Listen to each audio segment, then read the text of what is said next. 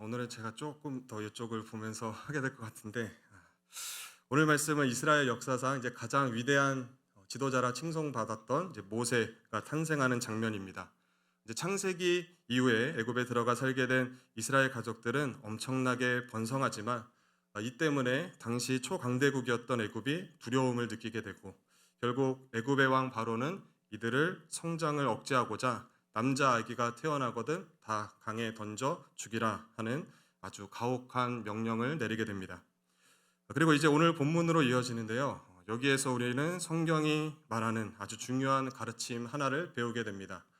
그것은 뭔가 하면 하나님은 실패하지 않으신다라는 사실입니다. 애굽의 왕 바로가 하나님의 백성을 죽이고 말살하려던 방법은 아이러니하게도 역설적이게도 본래 바로의 의도대로라면 3달 전에 태어나자마자 강가에 던져져 죽었어야 할 이스라엘의 남자아이가 정반대로 그 강에서 건짐을 받아 애굽의 왕자가 되는 계기가 되고, 나중에는 결국 이스라엘을 구원하는 하나님의 도구로까지 이 아이가 사용이 됩니다. 더욱이 흥미로운 것은 그 과정 속에서 바로가 이스라엘 백성들의 세력을 악화시키기 위하여 세웠던 정책은 이스라엘 민족들이 무슨 반란을 일으켰다거나 그들이 뭘 해서 실패한 것이 아니라 바로 왕 자신의 가족인 공주에 의해서 실패하게 되었다는 사실입니다. 이스라엘은 아무것도 한 것이 없고 그저 당하기만 했을 뿐인데 애굽 스스로 자멸한 꼴이 되고 말았죠. 물론 공주가 뭘 알고 아이를 구한 것도 아니었고, 그렇다고 모세의 부모가 모세를 왕자로 만들기 위해서 이러한 계략을 꾸민 것도 아니었습니다. 정작 당사자들은 앞으로 어떠한 일이 펼쳐질지 아무도 몰랐습니다. 모세의 부모도 몰랐고 또 애굽의 공주도 몰랐고, 다만 누구만 알고 있었을까요? 네, 하나님만 알고 계셨죠. 이것이 우리가 성경을 통해서 특히나 이스라엘의 구약의 역사를 볼 때 놀라게 되는 하나님의 일하심입니다. 하나님은 이스라엘 민족뿐 아니라 온 세상의 주관자로서 온 세상을 통제하시며 자신의 일을 이루어 나가십니다. 때론 이스라엘로 적을 치기도 하시고 또 때론 적으로 이스라엘을 치도록 하기도 하십니다. 그러나 하나님은 그 모든 일을 사용하셔서 끝내 자신의 목적한 바를 이루십니다. 그 과정이 우리가 기대대로, 우리가 예상한 대로 되지는 않지만 언제나 우리가 기대하는 것보다 늘 더욱 놀라운 결과를 만들어 주시죠. 우리가 우리 상황을 현 시점이라는, 현재라는 하나의 점으로만 보면 이게 뭔가 하나님이 일하시는 것이 맞나 싶지만, 이 점들은 찍으신 분도 하나님이시요 이 점들을 연결하여 역사라는 하나의 선으로 이어나가고 계신 분도 하나님이시요 그 선을 구원이라는 목적지에 도달하게 하시는 분도 하나님이시라는 것입니다. 우리가 우리의 시간 속에서 하나님이 뒤로 빠져 계시는 순간은 단 한순간도 없습니다. 믿음이란 바로 이 하나님께서 지금도 내 인생 속에서 나와 함께하고 계시며 나를 위하여 일하고 계심을 믿고 신뢰하는 것입니다. 그 하나님이 내 기대와는 다를지라도 말입니다. 모세는 태어난 후 3개월 동안은 집에서 자랐으나 이제 더 이상 아이의 존재를 숨길 수 없게 되자 어쩔 수 없이 바로가 이스라엘 남자아이들을 던져 죽이라 명했던 바로 그 나일강에 갈대 상자에 담겨 띄어 보내지게 됩니다. 떠내려가는 아이를 그의 누이가 뒤따라가며 지켜보기는 하지만 살 가능성보다는 죽을 가능성이 더 큰 상황이었죠. 그러나 놀랍게도 모세는 그 나일강에 때마침 목욕을 하러 나온 애굽의 공주 바로의 딸에 의해서 건짐을 받게 됩니다.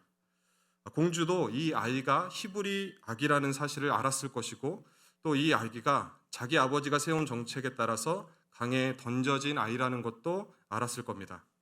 그러나 공주는 그 아기를 불쌍히 여기게 되고 자신의 양아들로 삼아서 이제부터 모세는 왕자의 신분으로 자라나게 됩니다.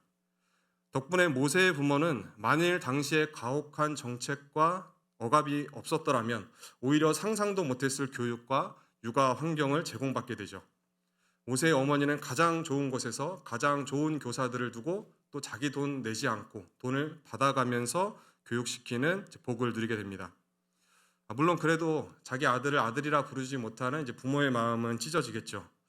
그러나 본래 죽었어야 할 아이가 살아있는 것도 모자라서 노예 신분도 아닌 왕자의 신분을 갖게 된 것은 그 상황 속에서 감히 누구도 상상할 수 없었던 큰 복이었다는 겁니다.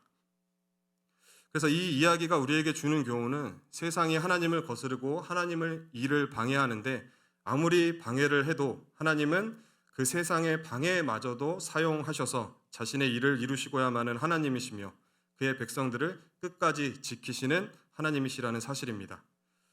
우리를 부르신 하나님은 바로 이런 지혜의 하나님이요, 능력의 하나님이요, 신실하신 하나님이십니다. 하나님을 믿는 우리들이 하나님을 믿고 신앙을 가지고 있기 때문에 하게 되는 실수, 오해 이런 것들이 있습니다. 그 중에 하나가 제가 종종 언급하는 조급함입니다. 우리는 신앙 행위나 기도를 하면서 눈에 보이는 즉각적이고도 현실적인 결과와 보상을 요구합니다. 예를 들면 무슨 작정 기도, 무슨 작정 헌금, 40일 특별 새벽 기도회와 같은 것을 하면서 그 기간 안에 아니면 최소한 그것이 끝나는 날 내가 가지고 있던 모든 어려움들이 해결되고 바라던 소원이 이루어지기를 기대하죠. 물론 간절한 마음이 있고 믿음이 있으면 그럴 수 있습니다. 그리고 실제로 신앙에 유익하기도 합니다. 그런데 문제는 그렇게 함으로 해서 우리도 모르는 사이에 하나님의 일하심을 우리가 기도하는 내용으로 제한하거나 하나님의 뜻을 무시하고 내 소원과 내 뜻만을 하나님께 강요하는 것이 될 수도 있다는 겁니다. 만일 그렇게 되면 우리의 신앙은 우상을 섬기는 것과 다를 바가 없습니다. 우리 하나님은 우상들과 달리 자신의 생각과 계획과 목적과 뜻을 갖고 계신 인격적인 분이십니다. 그리고 우리에게도 인격적인 교제를 요구하시는 분이십니다. 그래서 기독교에서 우리가 하나님을 믿는다는 것은 그 하나님과 인격적으로 교제하며 하나님에 대해서 알아가고 그 하나님께서 우리에게 요구하고 계시는 것은 무엇인지, 원하는 것은 무엇인지 그 목적과 뜻이 있음을 알고 그것을 배워서 삶으로 살아내는 것입니다. 그런데 하나님을 믿는다고 하면서도 정작 하나님이 어떤 분이신지는 전혀 관심도 없고 우상을 섬길 때와 마찬가지로 그저 내 소원과 그것을 이루기 위한 나의 열심, 나의 정성만을 내세우고 있다면 그건 기존에 부르던 우상의 이름에 여호와 하나님이란 이름만 덧씌워서 부르는 것에 불과합니다. 이렇게 우리가 하나님의 뜻에는 관심이 없고 우리의 소원을 이루는 일에만 관심을 두다 보니까 어떤 문제점들이 생기는가 하면 내가 정성을 바치고 기도하는 것에 대한 즉각적인 보상만을 쫓게 되고 그래서 정작 지금 오늘 우리의 모든 삶의 계획과 목적을 가지고 개입하시고 계시는 하나님의 세미한 음성을 듣지 못하고 세세한 손길을 느끼지 못하게 된다는 것입니다. 우리는 우리의 기대나 바램대로 하나님이 응답하지 않으시면 하나님이 일하고 계시지 않은 것처럼 여깁니다. 그래서 우리는 이런 일들에 대하여 신앙적으로 깊은 고민을 하기도 하며 때론 하나님의 존재를 의심하기도 하고 상처를 받기도 하죠. 하나님은 정말 계신가? 살아계시다면 왜 내 기도에는 응답해 주지 아니하시는가? 그래서 누군가는 신앙을 포기하기도 하고 또 누군가는 반대로 하나님을 더 감동시키기 위해서 하나님이 내 뜻대로 움직여 주실 때까지 더 세게 부르고 더 많은 소위 치성을 드리기도 합니다. 그러나 실제로 하나님은 우리의 기대나 바램보다 더 크고 놀랍게 살아 역사하고 계십니다. 우리가 잠을 자는 그 시간에도 우리 하나님은 잠도 주무시지 않고 우리를 위해 일하시는 분이십니다. 그런데 우리가 내 뜻만을 내세우고 있기 때문에 조급함 때문에 그 하나님의 일하심을 보지 못하고 믿지 못하고 정작 우리가 봐야 할 것들, 누려야 할 것들은 다 놓치게 되는 것이죠. 그러나 그런 하나님은 정말 계신가 싶은 그 상황 속에서도 하나님은 여전히 우리를 위하여 일하고 계시다는 것이 오늘 모세의 이야기를 통해서 성경이 우리에게 알려주고자 하는 내용입니다. 여러분들이 모세의 부모의 입장이라고 생각해 보십시오. 남자아이가 태어나면 죽게 되는 상황 속에서 만일 여러분들이 임신을 했다면 여러분들은 어떤 기도를 하시겠습니까? 하나님, 아들을 낳았으면 좋습니다. 딸을 주시옵소서. 딸을 줄로 믿습니다. 라고 기도하지 않으시겠습니까? 아마 아이를 낳을 때까지 계속해서 작정 기도를 했을지도 모르겠습니다. 그런데 하나님은 딸이 아닌 아들을 주시죠. 그리고 그 아들을 강가에 떠나 보내야만 하는 그런 처참한 상황을 허락하십니다. 그러나 하나님은 그 기도가 응답되지 않고 아들을 강에 띄워 보내야만 하는 그 절망적인 상황 속에서도 모세의 부모들이 했던 그 기도의 내용보다 더 크게, 더 복되게 모세를 건지십니다. 그 죽었어야 할 아들을 아예 아무도 건들지 못하게 애굽의 왕자로 만들어 버리시죠. 모세의 부모가 부모로서 인간으로서 하나님께 구할 수 있는 그 기도의 내용, 그 소원의 내용보다 더 크게 그들이 감히 상상도 할 수 없던 더 큰 복을 하나님께 주시는 겁니다. 왜 그렇게 복을 주실까요? 모세의 부모들이 기도를 열심히 해서요? 아니면 모세가 너무 잘생기게 태어나서요? 아니요. 하나님은 모세의 부모가 뭘 어쩌고 모세가 어쩌고 해서가 아니라 하나님 자신이 우리보다 부모보다 우리에게 더 큰 목적과 계획하심을 갖고 계시기 때문에 그렇게 하시는 겁니다. 그 하나님이 우리를 향하여 가지고 계신 목적이란 우리가 죄로 망가뜨린 우리 자신과 세상을 다시 새롭게 회복시키시고 완성시키는 것이라고 할 수 있습니다. 하나님께서 원래 창조하셨던, 의도하셨던 온 우주 만물과 인간의 모습, 하나님이 보시기에 좋았더라라고 성경이 증언하는 그때의 그 모습으로 회복시키시기 위하여 우리를 구원하시고 우리를 위하여 일하고 계십니다. 그리하여 마침내는 우리 모두를 통하여 영광을 받으실 것이며 그 영광을 우리들에게도 나눠 주실 것입니다. 우리는 이러한 하나님의 크고 놀라운 목적하심과 계획하심 속에서 예수 그리스도 안에서 구원을 얻고 회복되어지는 과정 속에 있기 때문에 단순히 지금 당장 내 눈 앞에서 내 믿음대로 무엇이 이루어지지 않고 있는지를 놓고 하나님이 일하고 계시는지 어디 가서 놀고 계시는지 판단하려는 것은 매우 어리석은 일입니다. 우리는 우리의 기대와 바램과 믿음보다 우리에게 더 크고 좋은 것을 허락하시려는 더 큰 하나님의 목적하심 속에 그 과정 속에 있기 때문입니다. 아브라함을 보십시오. 그는 하늘의 별과 같은 바다의 모래와 같은 많은 자손을 약속받습니다. 아브라함이 먼저 구했던 것도 아니고 하나님께서 먼저 그에게 찾아와 이 놀라운 약속을 주시죠. 그런데 그가 생전에 봤던 자손이라곤 이삭 하나, 다른 첩들에게서 얻은 자식들까지 쳐줘도 전부 다 해서 8명, 북두칠성보다 하나 더 많은 자손을 받습니다. 그러면 하나님의 일이 실패한 것입니까? 하나님의 약속이 실패했습니까? 아브라함의 믿음이 부족해서 하나님이 일하다 말고 중간에 떠나신 것입니까? 아니죠. 우리의 기대대로 되지는 않았지만 실제로 그 말씀대로 됐죠. 아브라함이 죽고 난 후에도 하나님은 계속 일하셨죠. 그리고 지금도 그 약속을 이루어 가고 계십니다. 당장의 그 약속이 자기 눈앞에서 이루어지길 원하는 것은 믿음이 아니라 내 눈에 내 생전에 확인이 되지 않더라도 분명 일하고 계시고 분명히 더 크게 주실 그 하나님을 신뢰하는 것. 그래서 지금은 비록 내가 기대하는 상황이 펼쳐지지 않고 있을지라도 이미 얻은 줄 알고 기뻐하며 감사할 수 있는 것. 그것이 믿음입니다. 그러니까 현재 오늘 우리의 상황이 정말 더럽고 치사하고 힘들고 죽을 것 같더라도 우리는 그 누구도 꿈꿀 수 없는 감히 우리가 바라지도 못했던 더 놀라운 영광의 자리에 서게 될 자들이니 실망하거나 낙심하거나 하나님을 의심하거나 원망치 말고 그 자리로 오늘도 우리를 이끌어가고 계신 하나님을 바라보며 오늘을 살아내야 한다라는 것입니다. 일반적인 우리 생각 같아서는 바로가 그렇게 악한 정책을 내놓았을 때 이스라엘 백성들이 이에 맞서서 하나님 앞에 금식하고 작정 헌금하고 40일 특세하고 그래서 그 40일째가 되는 날 바로가 그냥 콱 벼락 맞아서 돌아가시든지 아니면 갑자기 심경에 큰 변화가 생겨서 그의 정책을 철회한다든지 하고 모세는 아주 건강하게 부모 밑에서 잘 자라서 애굽의 총리가 되어 요셉이 총리였을 때와 같이 이스라엘 민족에게 평안과 번영을 주고 애굽과 이스라엘 모두 사이좋게 행복하게 잘 살았더래요. 이렇게 동화처럼 끝나야 맞습니다.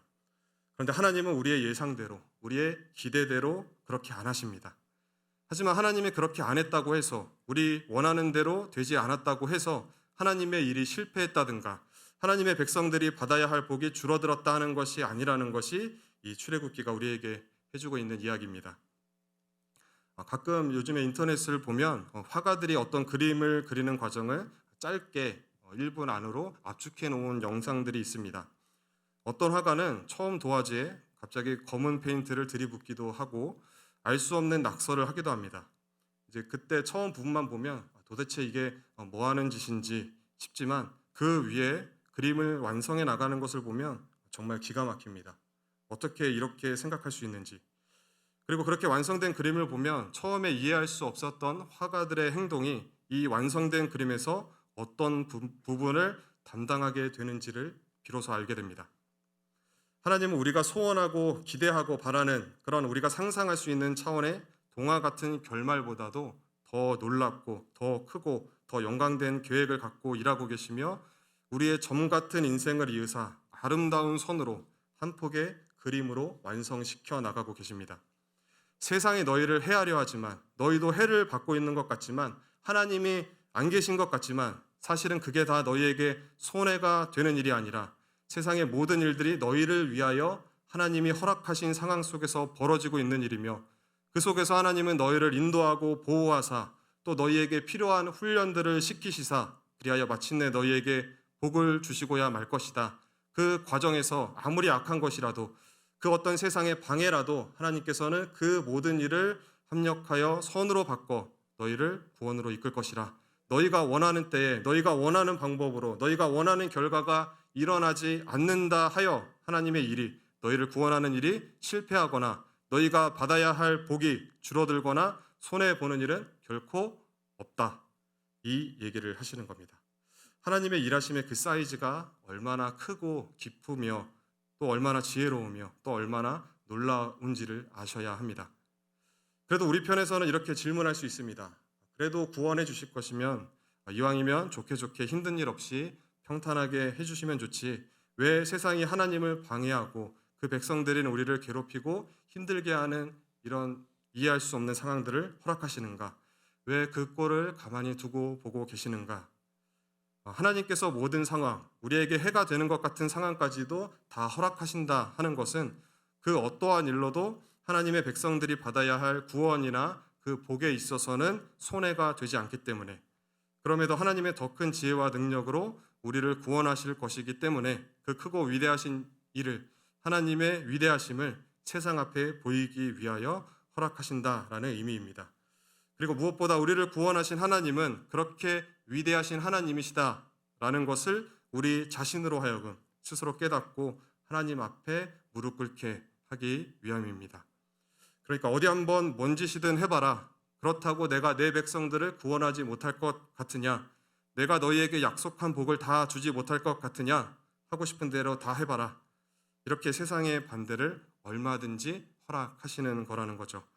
심지어는 우리 스스로가 하나님을 반대하고 원망하는 것까지도 기꺼이 허락을 하십니다. 하지만 그걸로도 우리는 하나님의 사랑으로부터 벗어날 수 없고 하나님의 복을 거절할 수 없습니다. 하나님은 어떠한 악에서도 최악의 상황에서도 선한 결과, 최고의 결과를 이끌어내실 수 있는 분이시다. 세상의 그 어떤 방해라도 너희가 아무리 못나고 어리석고 또 불신할지라도 하나님의 일에 영향을 줄 수 있는 것은 없다. 감히 세상 따위가, 감히 인간 따위가 그 하나님의 일하심을 방해할 수 없다. 하나님은 실패하지 않으신다라고 성경이 우리에게 선포하고 있는 겁니다. 그리고 놀라운 사실은 그 과정 중에서 하나님은 아직까지 단 한 번도 이스라엘의 전면에 등장하지 않으셨다는 겁니다. 하나님께서 꿈에 모세의 부모들에게 나타나서 모세를 강에 띄워놓으라고 명령하신 것도 아니고 또 고통받는 이스라엘 백성들에게 조금 있으면 모세란 자가 나타나서 너희를 구원할 것이니 조금만 더 참고 기다려라 라고 무슨 특별한 계시나 선지자를 보내주신 적도 없습니다. 그러니까 그 당시를 살고 있었던 이스라엘 민족들 입장에서 보자면 하나님이 정말 살아계신가도 싶고 우리를 이미 잊어버리신 것은 아닌지 버리신 것은 아닌지 하나님이 있는지 없는지도 느껴지지 않았을 겁니다. 계신다면 어찌 선택받았다는 민족인 우리가 우상을 섬기는 나라의 노예로 이렇게 고통당하며 살아야 한다는 말인가? 계신다면 어찌 우리 아들들을 강에 던져야만 하는 이런 비참한 일들을 허락하실 수 있단 말인가? 오늘날 우리도 이와 방불한 인생을 살아가고 있죠. 여러분 중에는 분명하게 하나님을 체험하신 분들도 계실 것이지만 아마 그렇지 않으신 분들도 많으실 겁니다. 그래도 간절함을 가지고 오늘 기도의 자리에 나오긴 했지만 솔직히 하나님이 있는지도 나는 모르겠고 하나님이 있다면 그동안 왜 내 기도에는 응답해 주지 않으시는지 믿는다고 해서 기도한다고 해서 특별히 더 나아지는 것도 없는 것 같은 그런 시간, 그런 상황을 보내게 됩니다. 오히려 믿기 때문에 힘든 경우만 더 많고 하나님이 계시다면 어찌 내 삶이 이럴 수 있는지 싶을 때가 있습니다. 인생의 한 시점만 놓고 보면 노예가 되어서 힘든 인생을 보내고 있는 저 하나님의 백성들보다 모든 것을 다 누리고 사는 애굽의 사람들이 더 부러워 보이기도 합니다. 그러나 하나님은 그 이스라엘 백성들이 정말 하나님은 계신다면 어찌 우리를 이렇게 가만히 내버려둘 수 있단 말인가 라고 의심하고 애굽을 부러워하고 있을 때에도 언제나처럼 자기 백성들을 보호하고 계셨으며 그들을 구원해내기 위하여 일하고 계셨습니다. 하나님께서는 오늘날에도 여전히 그때와 동일한 지혜와 능력과 열심으로 우리의 구원을 위하여 일하고 계십니다. 그러니 하나님이 내 눈앞에 보이지 않고 하나님의 일하심이 우리의 생각과 기대와 다르다고 하여서 하나님이 놀고 계시다거나 나는 버림받은 것 같다라는 생각은 하지 마시기 바랍니다. 하나님은 우리가 하나님을 잊고 있을 때에도 언제나 우리와 함께하고 계시며 우리를 위하고 계십니다. 세상이 우리를 버리며 나조차도 나 자신에 대하여 실망하고 포기할 때가 있지만 하나님만큼은 결코 우리를 포기하지 않으시며 모세를 건지셨던 것처럼 그 크신 지혜와 능력의 팔로 반드시 우리를 건져내실 것입니다. 그러니 내 뜻이 아니라 하나님의 뜻을 쫓으며 내 열심을 내세우기 전에 하나님의 일하심을 먼저 바라볼 수 있는 우리 모두가 되었으면 좋겠습니다. 그래도 우리는 감히 그 측량할 수 없는 지혜와 능력은 다 헤아릴 수 없습니다. 다만 그 측량할 수 없는 지혜와 능력으로 오늘도 지금 이 순간에도 하나님께서는 나를 구원하시기 위하여 최고의 복을 주시기 위하여 일하고 계신다 하는 이 분명한 사실만은 여러분들 마음속 깊숙이 새기시기 바랍니다. 그러면 우리는 하나님이 불만스럽고 원망스럽고 우리 눈에 증거가 아니 보일 때에도 그분의 일하심이 내 기대와는 다를 때에도 하나님이 나와 내가 속한 시간과 공간 속에서 일하고 계시며 그분의 신실하심으로 언제나 우리를 지키고 계시다는 그 사실로 말미암아 큰 힘과 위로를 얻게 될 것입니다. 이것이 우리들이 지녀야 할 믿음입니다. 그러면 우리에게는 언제나 어떠한 상황 속에서도 감사가 넘칠 수 있습니다. 하나님께서 우리를 구원하시기 위하여 그 독생자 예수 그리스도를 이 땅에 보내셨을 때 그 크고 놀라운 일을 하실 때 정작 그의 백성들은 어땠는지 아십니까? 아무도 하나님이 일하고 계시는 줄 몰랐습니다. 아무도 하나님이 자기들 가운데 함께하고 계신 줄 몰랐습니다. 그들 눈앞에 있었던 저 예수라는 청년이 하나님이실 거라고는, 저 33살 청년 하나가 십자가에 달려 죽는 일이 온 인류를, 죄인을 구원하는 일이 될 것이라고는, 자신을 위하는 일이 될 것이라고는 그 누구도 기대하지도 바라지도 않았습니다. 오히려 모두가 그분의 일하심을 보며 조롱했죠. 나사렛이라는 촌동네에서 어찌 선한 것이 나올 수 있겠는가? 자기 하나도 구원하지 못하는 자가 누가 누구를 구원한단 말인가? 만일 내가 하나님의 아들이어든 그 십자가에서 내려와 보라. 그러면 내가 믿겠노라. 그러나 우리 주님은 거기서 그 사람들의 요구대로 내려와서 자신이 하나님의 아들이심을 증명해 주지 않으십니다. 그 모욕과 조롱을 들어가시면서도 묵묵히 죽으심으로 사람들의 요구가 아닌 하나님의 뜻에 순종하셨습니다. 왜요? 당장의 십자가에서 내려와 그들의 요구를 들어주는 것보다 지금 비록 자신이 손가락질 당하고 멸시를 당하고는 있지만 그게 자신을 향해 침을 뱉고 있는 그 사람들을 위한 일이며 하나님께 영광이 되는 일이었기 때문입니다. 놀랍지 않으십니까? 우리는 우리를 위하여 늘 하나님께 기도하지만 진정 우리를 위한 것이 무엇인지도 모르는 자들입니다. 여러분들은 지금 여러분들의 삶 속에서 예수님께서 다시 한번 이 땅에 오셔서 여러분들 앞에서 여러분들을 위하여 일하신다면 하나님이 드디어 나를 찾아오셨구나. 드디어 내 기도에 응답하시구나. 그렇게 단번에 알아볼 수 있으실 것 같으십니까? 아니요. 우리는 또 알아보지 못할 겁니다. 제가 이렇게 말씀드릴 수 있는 이유는 이미 주님은 그렇게 이미 여러분들 곁에서 여러분들을 위하여 일하고 계시기 때문입니다. 다만 그 일하심이 우리의 기대와 달라서 내가 생각하고 있는 것과 달라서 우리가 모르고 있을 뿐입니다. 그래서 우리는 늘 불평만 하죠. 하나님, 왜 내가 원하는 방식으로는 일해 주지 않으십니까? 왜 내 기대대로는 안 해주십니까? 살아계시긴 한 겁니까? 그럼 오늘 밤 꿈에라도 한번 짠하고 나타나 주십시오. 그러면 네, 믿겠습니다. 그러나 그렇게 안 하시죠. 왜요? 그렇게 우리가 요구한 대로 들어주시는 것보다 하나님께서 계획하신 대로 하는 것이 더 우리를 위한 일이 되고 하나님께 영광이 되는 일이기 때문에 그렇습니다. 주님께서 그 백성들의 조롱과 요구에도 왜 십자가에서 내려오지 않고 묵묵히 죽어 가셨는지를 기억하시기를 바랍니다. 우리 주님은 우리의 불평과 불만과 때론 불신도 참아가시며 우리를 위하고 계신 분이십니다. 하나님은 우리가 상상할 수 있는 그 어떤 인생보다도 더 복되고 영광된 인생을 계획하고 계시고 그리로 이끌어가고 계십니다. 오늘도 지금 이 순간에도 그리하고 계십니다. 하나님이 어떤 상황으로 인도하시든지 그 주님의 일하심을 신뢰하며 감사로 기쁨으로 받아 누릴 수 있는 우리 모두가 되기를 주님의 이름으로 축복합니다.